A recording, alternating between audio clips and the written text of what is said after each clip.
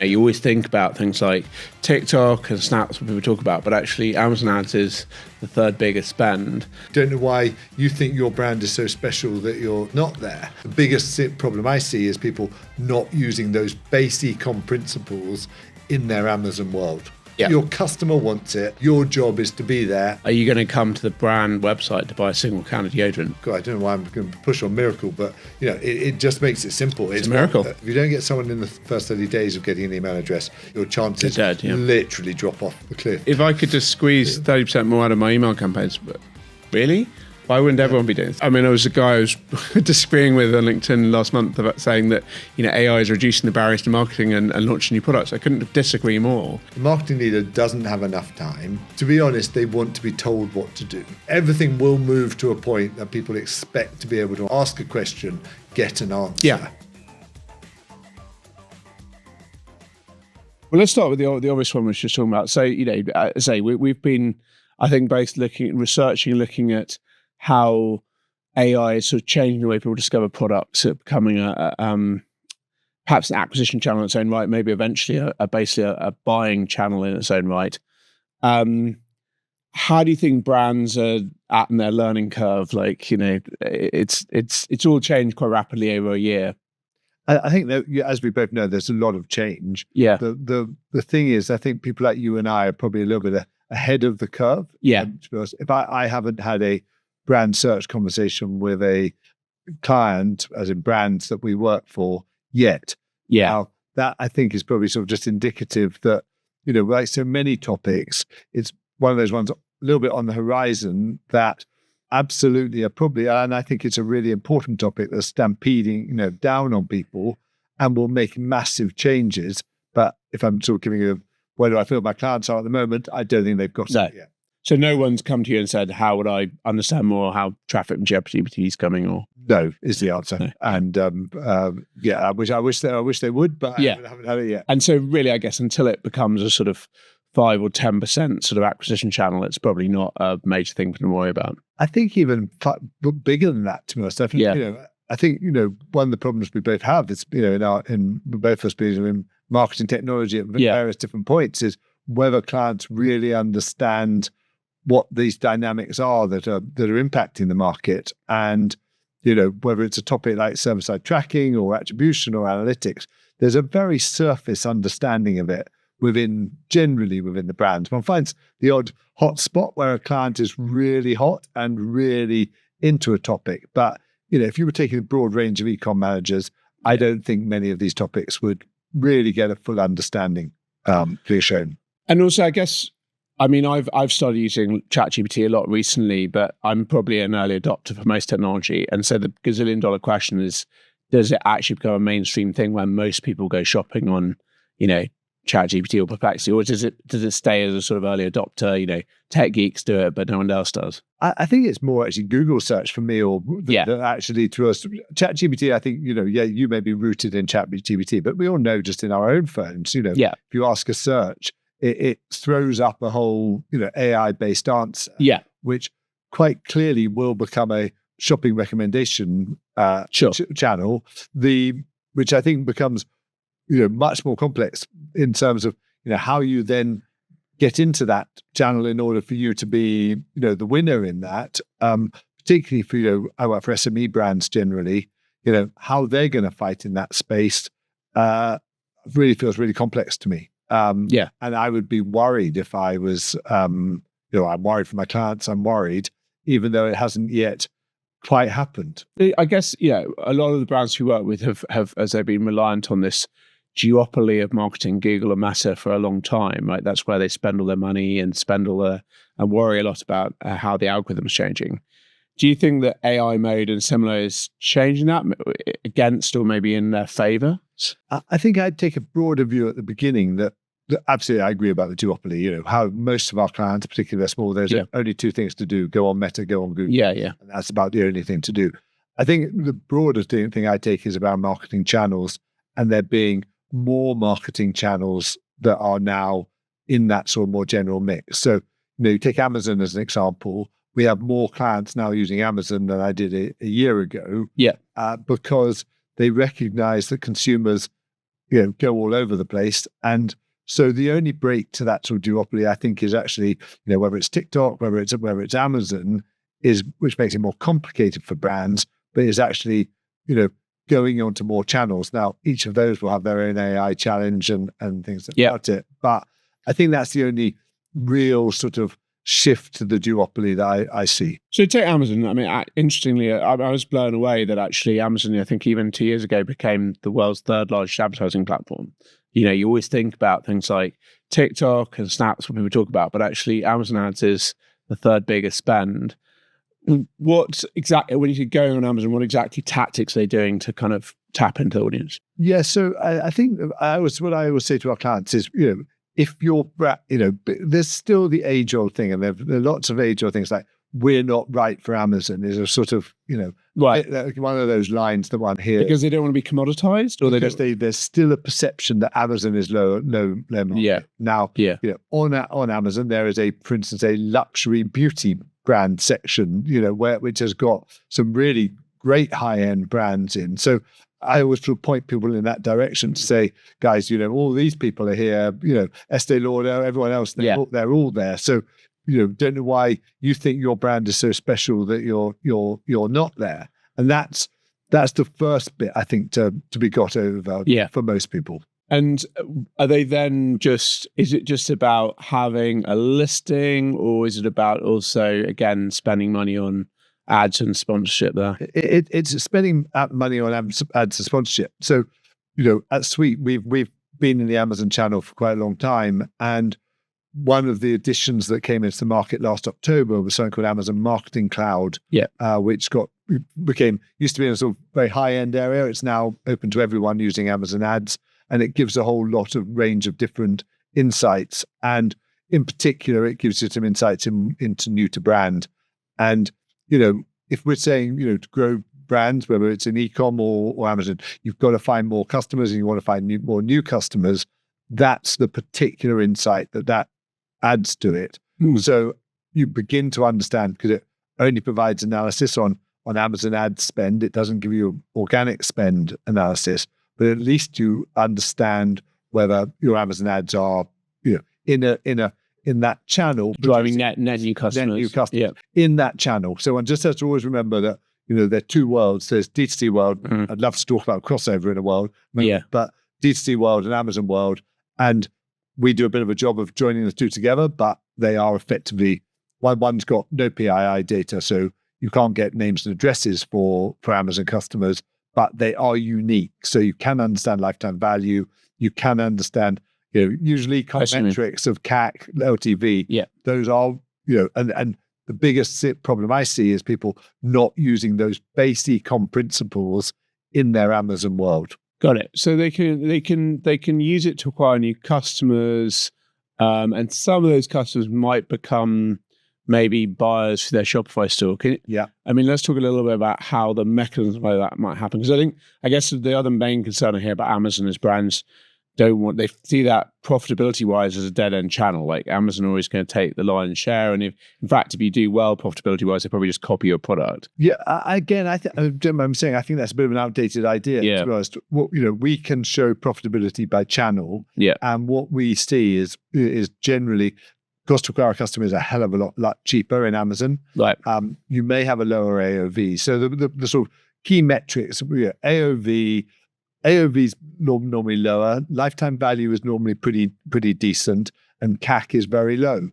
So you're giving Amazon the margin, but then also they're helping you find the customer. Exactly. Yeah. And it's the age-old thing. If your customer wants to be there, it's your job as a brand to it's the age-old multi-channel thing. Don't spend your time talking about the word cannibalization or anything else, because otherwise someone else is going to take that customer. Your customer wants it. Yeah. So your job is to be there, and then you have to work out your economic model to make sure it adds up. And I mean, I just had a call this morning actually with a marketing agency who was making the point that they work for a deodorant brand that's sort of available, and he's saying they're trying to have a differentiated DTC strategy. Because honestly, are you going to come to the brand website to buy a single can of deodorant? No, you go to Amazon. Like it's clearly for single item purchases.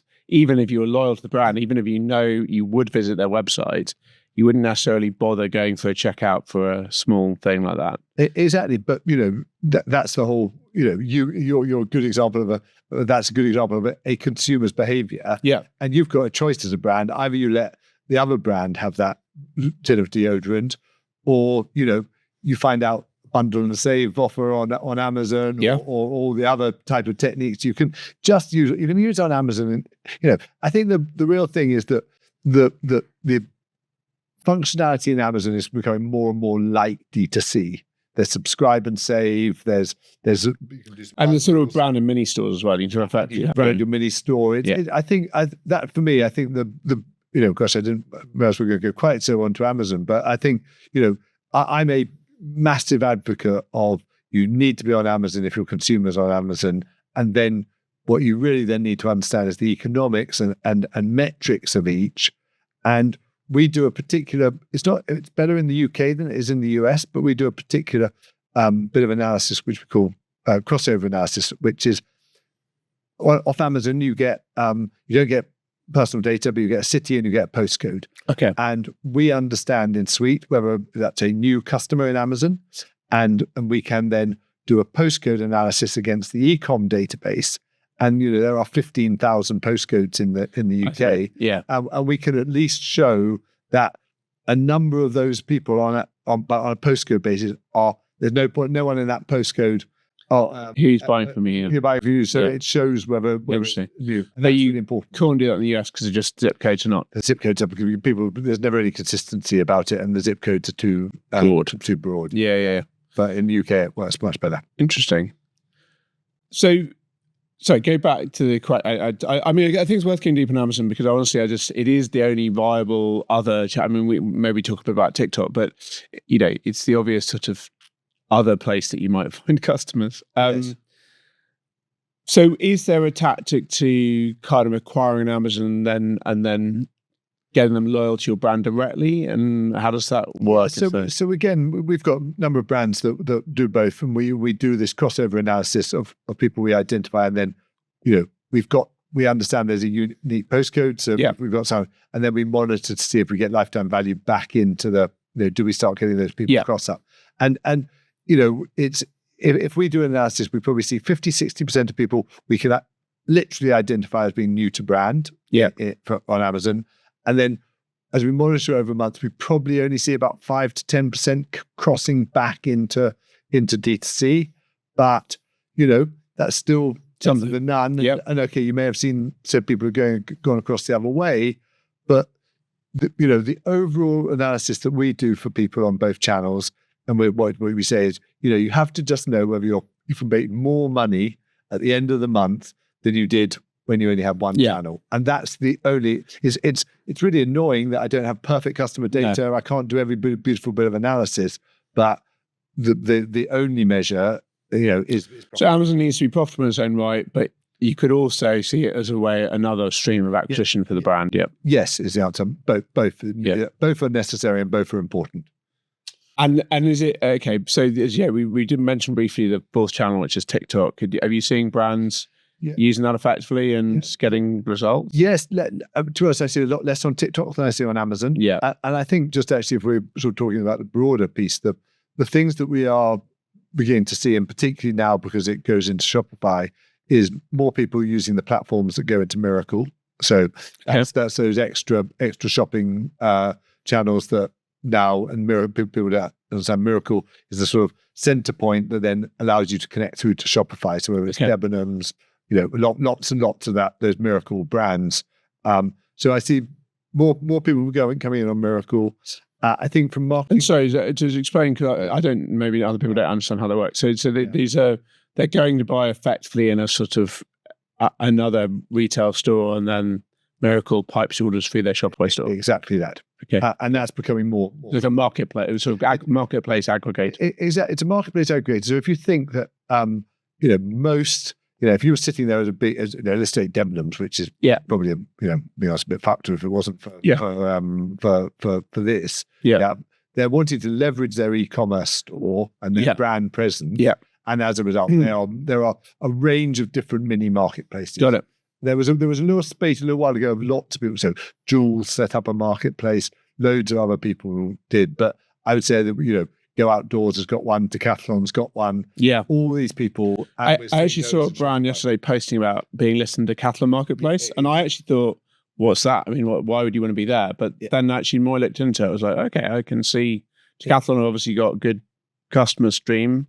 If you can be placed there, there was, they weren't in their physical stores. It was only the online market. And that's what so they all then connect through to Miracle, which then connects through to Shopify. And so I would say that is another growing channel. And there's a whole range of, they've got 400 channels or whatever it's YouTube. So it's a lot. But again, very limited visibility on the customer journey before they arrive. Just limited on the customer journey before they arrive, but pure you get names, you get names and addresses. Yeah. So, and actually those we do, I did one recently for a client, there was literally no crossover in customer bringing their ecom brand and those. So those were, in that example, genuinely incremental sales that came from. Yeah. I can imagine that true. The kind of people that shop on those marketplaces probably just on those marketplaces, they wouldn't consider your brand if they weren't there. Yeah. I think it's just the same thing. If wherever a consumer wants to be, it's your job as a brand to put yourself there. As long as you understand the profitability and you understand what you're doing. But and the wonderful thing about God, I don't know why I'm going to push on Miracle, but it just makes it simple. It's Miracle. It's a miracle. It is. I mean, it's a good name, good everything. It works well.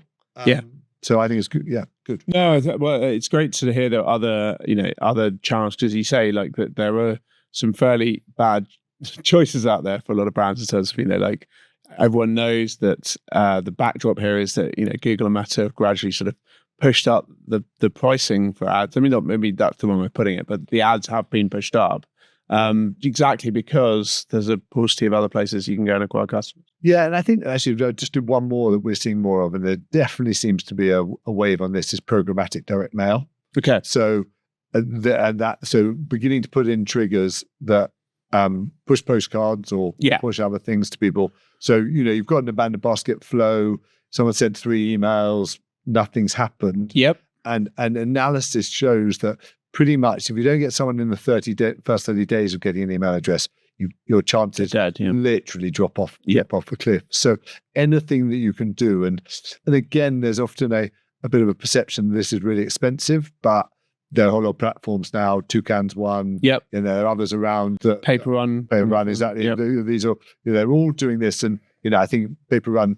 If I believe what I've read about who the investors are, who the backers of it are, then people are really understanding this interaction, this being an extra channel that is worth doing, and I think it's interesting. And as you know, the clever thing is they're taking all the sort of the tech that's so successful in Clavio, the triggers and the kind of building these automation flows, but just the end result is not an email; it's a physical thing, and it works exactly because you're not. Obviously cost for direct mail is higher, but then obviously you're not sending out that many of them. So exactly, it's highly targeted. It's much better. So, the concern people always had about direct mail, about big spends, etc., it makes it much more targeted. Having mentioned the word clever, I'm going to now say one clever thing we're doing at Suite is we're working with one particular partner at the moment to automate that reporting as we do with direct mail. And we also create a touch point. So when one comes onto attribution and understanding it all, we understand those customer journeys. So we understand that someone hasn't, maybe the flow gets based on people who open the emails rather than not. Yeah. We can see the journey. We understand the whole customer journey piece around it. And that I think is interesting. So we're seeing some really interesting ROIs for those things about sending out that piece of paper after 7 days, whatever. Yeah. It makes a big difference.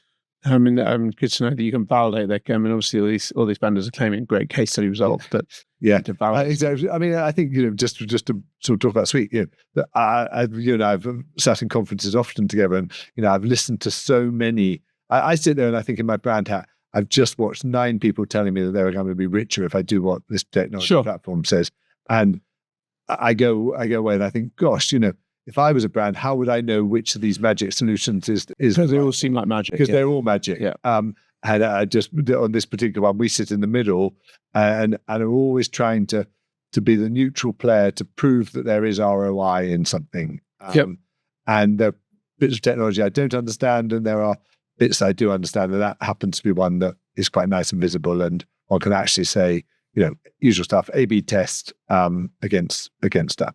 Okay, well, it's probably quite a good segue into server-side tracking and the sort of the benefits. So, as you say, what Littledata is doing is promising a big uplift to brands, but I think it's incredibly hard for a lot of brands to understand why that, not just the mechanism of how that would work, but kind of almost more philosophically, like why wouldn't Shopify just work this out with Google and make it all work? And we get questions along that spectrum.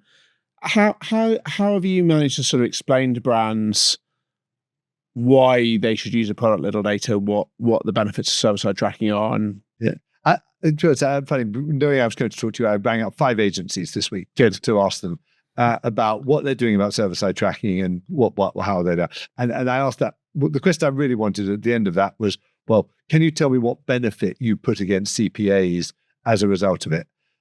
Whether this is good news or bad news, the quality of answers was appalling. Right. Most people sort of knew what I was talking about, but not really. They said they did it. They said they did it for 80% of the brands. I said, well, what's the benefit of it? We don't really quite know. One particularly big agency, I asked the person there, and I said, what do you think about server-side tracking? And they said, oh, well, yeah, we always do server-side tracking. We're a great believer in CAPI.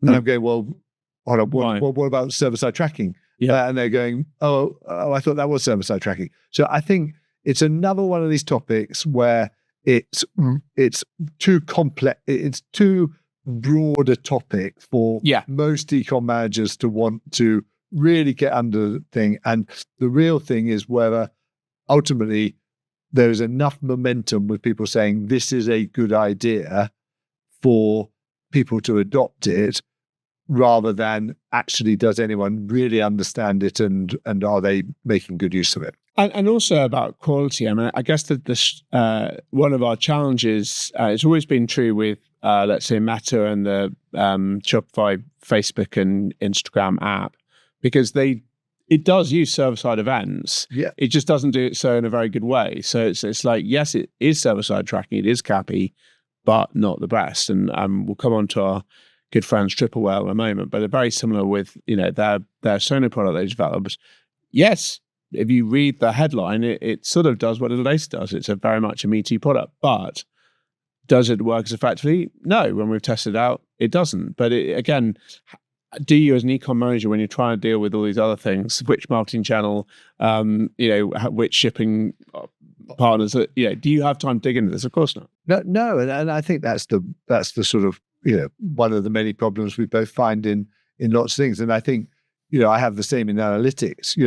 Why are you better than Shopify? You probably have the same. Well, why haven't Google and Shopify done this? Done this, and we can't believe they haven't done it. Type of thing all the time. And clearly, threats to our business is that if these guys did do all these things, we wouldn't exist. Sure. And that's probably the threat that we probably keeps us awake far too often at night. But it is complex, and I think in the current situation, it's brand manager job is really hard. E-com manager job is really hard.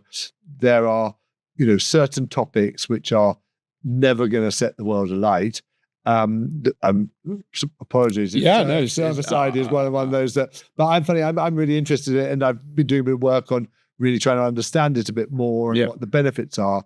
But I do think that the general market is struggling to really understand, what the benefit is. That Clavio benefit for, was a great marketing tool for a while, and still is, but, it sort of seems to me slightly run its course in terms of, or maybe you find it still works. It still works. The challenge is, to your previous point about sitting down in a conference and listening to these amazing things, it just sounds too good to be true. Like, it's like if I could just squeeze 30% more out of my email campaigns, really? Why wouldn't everyone be doing it? So to some extent, the answer is they are all doing it. But obviously, the other point is that, well, it's, a lot of people are rightly skeptical and they take their time to come around to it. I guess to the wider point, I think that we just need to, we've always focused a little data on giving case studies and actual brand examples, because honestly, a lot of people do buy it exactly because other brands that they respect and admire are using and getting good results. So it's got to be said, I've a lot of the time, I guess we've stopped trying to explain the detailed mechanism and just pointed to the fact that it does work. Give it a try. Yeah, and I think and I don't. But we're in an industry, and this is going to sound a bit, but with the sheep mentality is a very strong one. Sure. If one takes Clavio growth over MailChimp, what happened?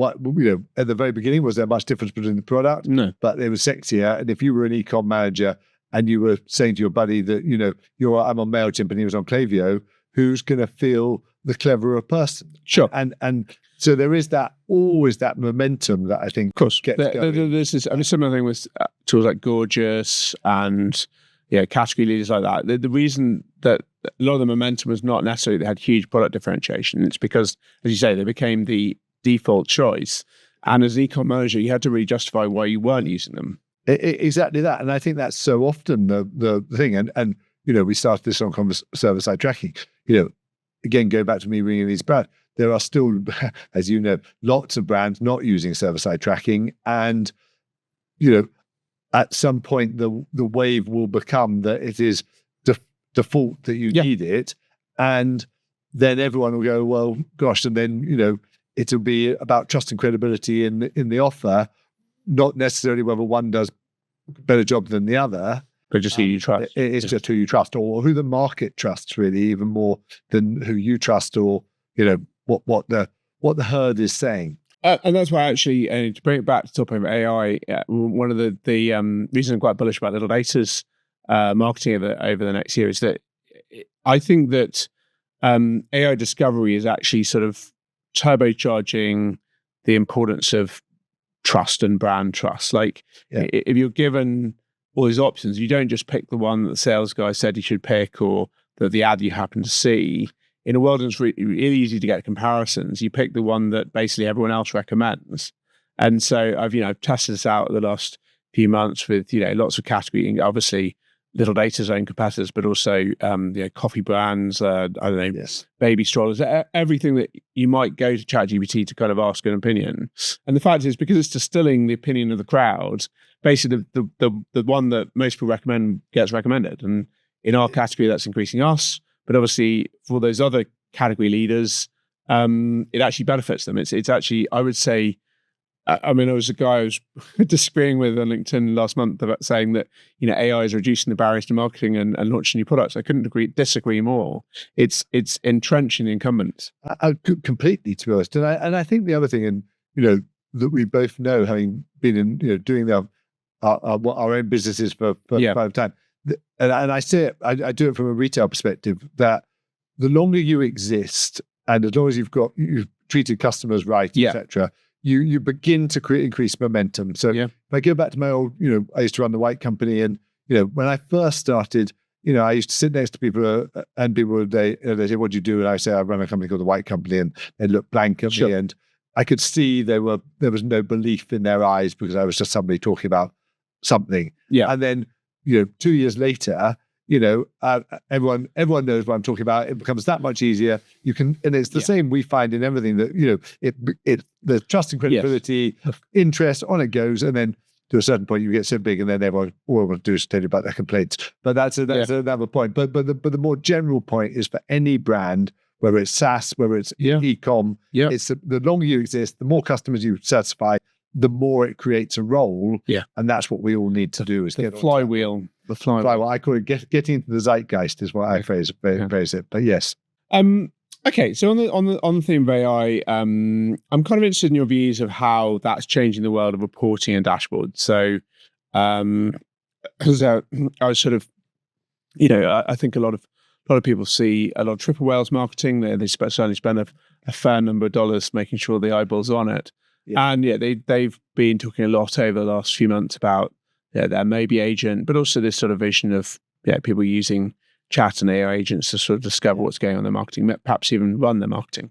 Do you share the vision, Sweet? Is that where you think we're going, or a bit of different? Yeah, no, I do share the vision. So my own absolutely just. From a sweep side, we've just released some really good new dashboards around targets and all sorts of things, which I think are really important. But the overall problem I've always identified as sweet is that a marketing leader doesn't have enough time, and to be honest, they want to be told what to do. Yeah. So I feel that AI is now really offering that opportunity for us to distill all of that information down into those recommendations. Right. If I was an e-com manager and I could come in and in my inbox was, Oliver, these 3 things you need to do today, that would be hallelujah if I was an e-com manager.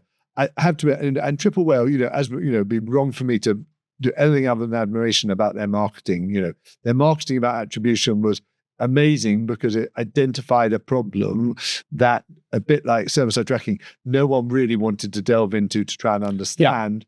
But they gave here's a simple answer. And again, they got the flywheel going, zeitgeist, and they felt they understand that. They're making great noise in AI. And again, I think that's good. But, at the moment, they've got 108 agents. And, if I go into their dashboards and I'm as equally confused about which agent I should be asking the question to.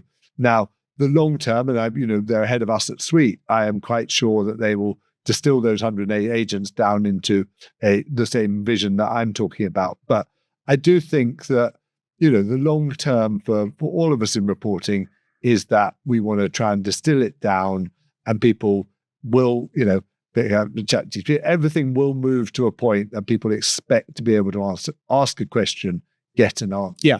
I may love my dashboards, but, being honest, we recognize that that's probably not the long-term future. Yeah. People just don't love checking in every day. That's not what they actually would just prefer to get the net. Effectively, a human-like agent telling them this is what you missed or this is the thing you...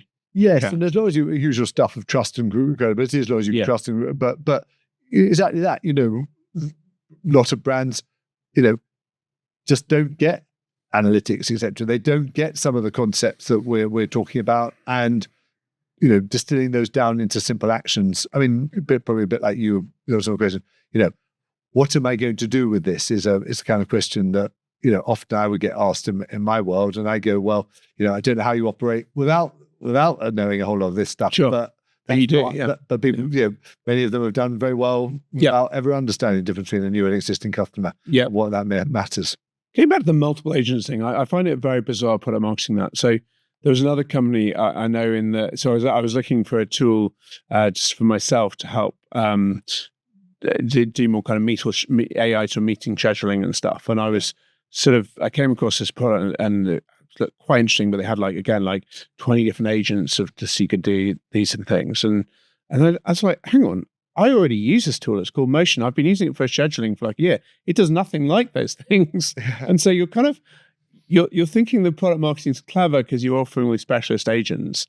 But in fact, I don't really want that as a customer. I just want one place I can ask a question. I mean, we've built one agent so far at Suite. And, it's nice for putting in test, but I know that the vision here is to be able to answer all the questions because, I believe that from my dashboards, from the way I understand data, I can get to a really quick understanding of a brand's issues, what to do, etc. But it would be a hell of a lot easier if something was running in the background every day, doing the same thing that I can do in 10 minutes through the platform. That an AI could do. There's a whole lot. There aren't that many drivers of performance. No, and as a result, if you're a brand manager, you just want to know which one it is, which one to have a look at today. So it's effectively just a drill down analysis. You want the agent to do what you would do, which was if that thing's changed, what changed it, and then drill into that a bit more. Exactly that. So I'm a big believer that is the future of where we'll end up. Probably a little way to go. I guess philosophically, then, my other question would be like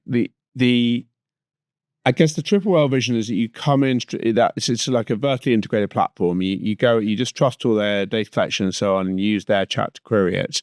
I'm not so sure though. I think for a lot of business people, I think they'll effectively want to bring their own agents. They'll rely on their own interface and want to plug in your data. So do you think with Suite the future is that they come into Suite to ask that question, or they can plug a more general agent into Suite? It's a really good, and I'm not sure I quite understand. I think the key bit is is the trust bit and being able to actually follow the path down so that, if you're a business owner, you have an instinctive understanding about your things, and you will also know whether the AI is telling you bullshit or not. So it's really important that you are able to follow that path, and so you can make sure that you do trust what it's saying. I guess my logic would be, if you're a business owner, you're more likely to trust the general thing you use for all your other, the same agent that you use to ask about your financial reporting or your stock level stuff, and therefore that agent is the one that you trust over the what I would call the specialist marketing analytics agent. Yeah, no, I think that's right, and but I think we were talking beforehand, about the what does Moby say versus ChatGPT. Yeah, all of these products will catch up and will. So we're in my own roadmap. We're obviously thinking a lot about this and try and define and work out what's the best way. But constantly, it is a real moving market, and I do think that they're, being from our own perspective, rather than expecting millions into developing our own agents, as long as we are clever about the questions and how we train the models to work, then I feel both will begin to become more integrated into the two. I don't think that we're all going to be using loads of different agents over the place. I think it'll be a consolidation game in agent world. But also, as you rightly say, that we're both seeking our lane. The basics of any analysis is that you are collecting the right data in the first place. So if you haven't got that, then there's no analysis to do. no analysis to right data at the beginning, and understanding the right question to ask. Is the key thing. So I'd say that's the bit staying in the right lane. Super interesting. I think that there's loads of stuff changing, but as you say, getting back to the beginning of the conversation, like we are both a little probably quite deep in the kind of new what's coming world. And again, for a lot of brands, the stuff is not even on the radar yet. They're just worrying about keeping trading and keeping finding profitable channels. Yeah, I think with Q4 coming up in particular, no one's got any other thought about that. And I think the real other shift, which we've done less bit on, is really people becoming more and more profit focused. And the really important thing is that people, which they can in Sweden, is get to their profit number. Yeah. And particularly as we talked about with the sort of different channels, really understanding that channels added up together equal more, and you don't work in silos. I think that's the really important point. That sort of particularly with Q4.